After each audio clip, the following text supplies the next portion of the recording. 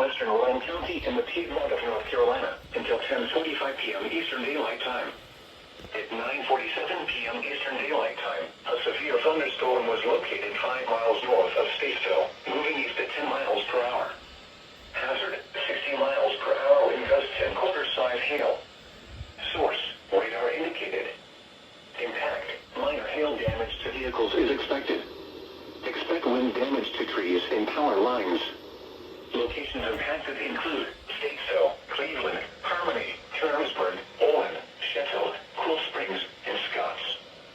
For your protection, move to an interior room on the lowest floor of a building. Torrential rainfall is occurring with this storm and may lead to flash flooding.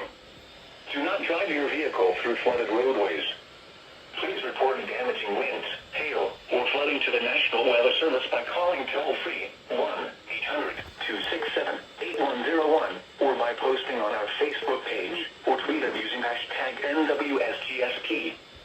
Your message should describe the event and the specific location where it occurred. Repeating, a severe thunderstorm warning has been issued until 10:45 p.m. Eastern Daylight Time for the following counties in North Carolina: Beatty, Ardell, and Rowan.